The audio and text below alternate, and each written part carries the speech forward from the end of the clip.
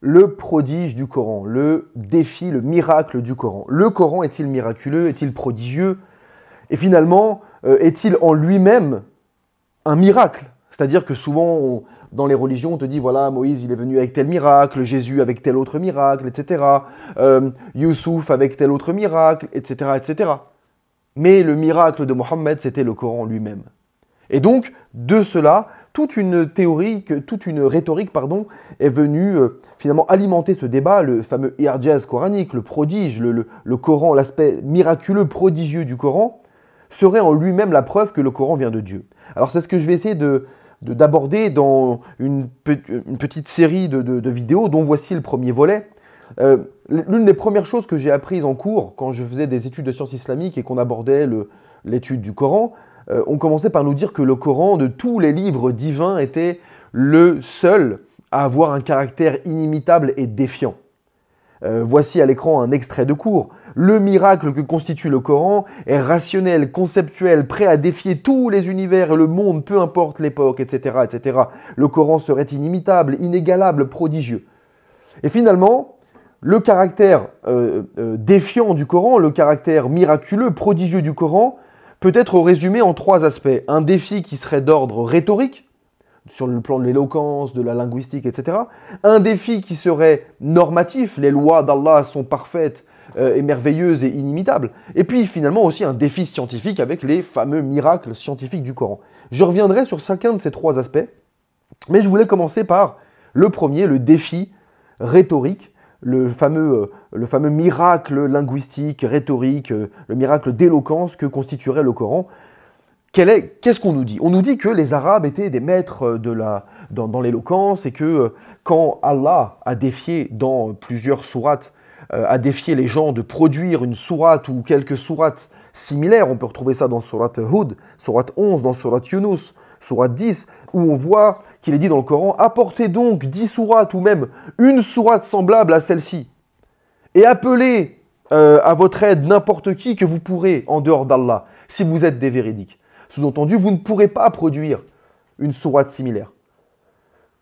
Qu'est-ce que l'on peut dire de ce type de défi? Alors si déjà c'est un défi, si vraiment il est lancé, on va voir qu'en réalité ce n'est pas un défi, les seuls qui auraient pu attester que le défi a bien été relevé, ce sont les Arabes de l'époque, qui maîtrisent la langue arabe, et qui maîtrisent surtout l'arabe aussi du 7e siècle, l'arabe coranique, qui est sous plusieurs aspects quand même assez différent de celui d'aujourd'hui. Sauf que nous n'avons aucune trace historique de l'Arabie du 6e, 7e siècle, si ce n'est des traces épigraphiques. En tout cas, il y a quand même une forme d'indigence de sources à ce niveau-là. Puis surtout, toutes les sources qui sont venues a posteriori, ce sont toutes, pour ainsi dire, des sources islamiques.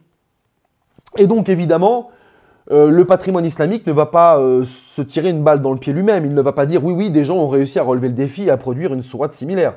Donc, personne ne peut démontrer, finalement, que ce défi, sur le plan de l'éloquence, de la linguistique, de la rhétorique, n'aurait pas été relevé. Il n'y a pas d'argument, il n'est pas possible d'apporter une quelconque preuve irréfutable et solide de cela. Mais, sur un plan logique maintenant également, imaginons que quelqu'un produise un texte et qu'il prétend que ce texte relève le défi rhétorique du Coran. Et donc qu'il a réussi à produire un texte qui imite, qui est semblable au Coran sur le plan rhétorique. Comment pourrait-on déterminer si cela est vrai ou si cela est faux? Eh bien, il faudrait comparer les deux textes. Il faudrait dire, voilà, les caractéristiques que ton texte que tu viens de produire possède, et voilà les caractéristiques que le Coran possède sur le plan linguistique et rhétorique. Sauf que si on est en mesure de savoir en quoi le Coran est si singulier, si caractéristique, parce qu'on arrive à mettre en avant des critères rhétoriques et linguistiques qu'il possède, c'est donc qu'il devient imitable. Puisque si la raison a réussi à cerner les caractéristiques de quelque chose, la raison peut reproduire ces caractéristiques. Donc ici, il y a un paradoxe. Il y a un paradoxe. Ce n'est donc finalement pas possible de démontrer qu'on aurait... Ou alors ça démontre plutôt que le Coran n'est pas inimitable sur ce plan-là. Ou alors il faut expliquer comment on pourrait affirmer qu'une personne n'a pas réussi, si ce n'est en montrant que son texte ne remplit pas les caractéristiques que possède le Coran. Et donc là, on retombe dans ce que j'ai dit, c'est une boucle finalement qui ne s'arrête pas. La seule possibilité pour dire que cette personne n'a pas réussi, c'est d'être dans une posture dogmatique et de dire finalement tu n'as pas réussi parce que c'est impossible. Et c'est en réalité ce que Allah dit dans le Coran.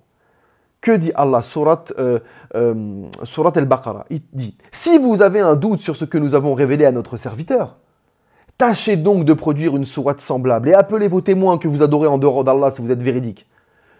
Mais si vous n'y parvenez pas, et à coup sûr vous n'y parviendrez jamais, alors parez-vous contre le feu de l'enfer. Ici, le Coran dit lui-même, vous ne pourrez jamais produire une sourate semblable. C'est impossible. Et ceci est confirmé également par la sourate Al-Isra, sourate 17, où il est dit, même si les hommes et les djinns s'unissaient pour produire quelque chose de semblable à ce Coran, ils ne sauraient rien produire de semblable, même s'ils se soutenaient tous les uns les autres. Le Coran nie le fait que ce soit un défi en réalité. Ce n'est même pas un défi pour le Coran. Le Coran proclame, affirme, déclare, tu ne pourras jamais produire quelque chose de semblable au Coran. La question ici, c'est pas savoir si c'est vrai ou faux. C'est que dès lors que le Coran affirme que ce n'est pas possible, ça devient donc une posture dogmatique. Celui qui croit que le Coran vient de Dieu ne pourra plus jamais accepter le fait que quelqu'un ait pu relever, entre guillemets, le défi qui n'existe pas en réalité. Pourquoi? Parce que dès lors que quelqu'un va te dire, voilà, j'ai produit un texte qui imite le Coran, toi qui es croyant en Dieu, et qui croit que Dieu a révélé le Coran, et qui croit que Dieu a dit dans le Coran qu'il était impossible d'imiter le Coran, quelle va être ta réaction? C'est tout simplement celle de rejeter. Tu vas dire, il est impossible que tu aies relevé le défi. Pourquoi? Parce que Allah l'a dit dans le Coran, point, c'est une posture dogmatique. Donc en réalité, il n'y a pas de défi. Et s'il n'y a pas de défi, il n'y a pas de miracle. Il ne suffit pas que la chose soit déclarée comme impossible pour que ce soit réellement impossible. Mais le problème, c'est que personne ne va reconnaître que le défi a pu être relevé, parce que reconnaître cela, c'est contredire Dieu, et donc sortir de l'islam.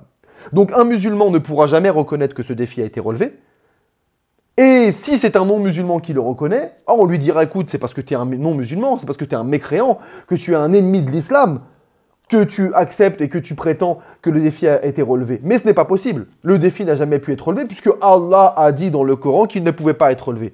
En réalité, avec une posture dogmatique comme celle-ci, tu ne démontres pas que le Coran vient de Dieu. Tu démontres simplement ta posture dogmatique qui consiste à dire, comme le Coran dit que c'est comme ça, eh bien c'est comme ça, point. Mais ça, ce n'est pas un caractère prodigieux. Ça, ce n'est pas un caractère miraculeux du Coran. Et ce n'est surtout pas un défi.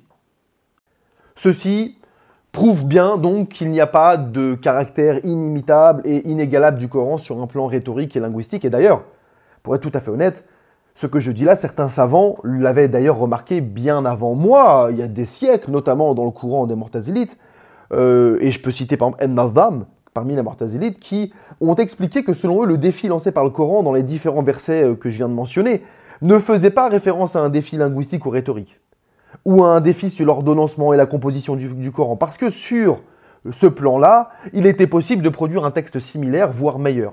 Pour eux, ici, le défi était sur l'origine. Le Coran est inimitable de par son origine divine. Il vient du divin, et donc le savoir qu'il contient est divin, et donc il est inimitable. Le problème, c'est que ça, ce n'est que déclaratif.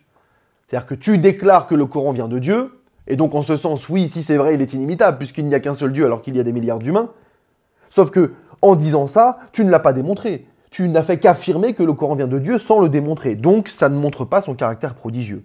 D'autres, toujours chez les Mu'tazilites d'ailleurs, ont affirmé que le défi ici, il était universel. C'est-à-dire qu'il pouvait être constaté par les Arabes et les non-Arabes. Et ils ont affirmé que le défi, ou plutôt le caractère inimitable du Coran, concernait son contenu en lien avec l'affirmation d'événements du passé, de prophéties, etc.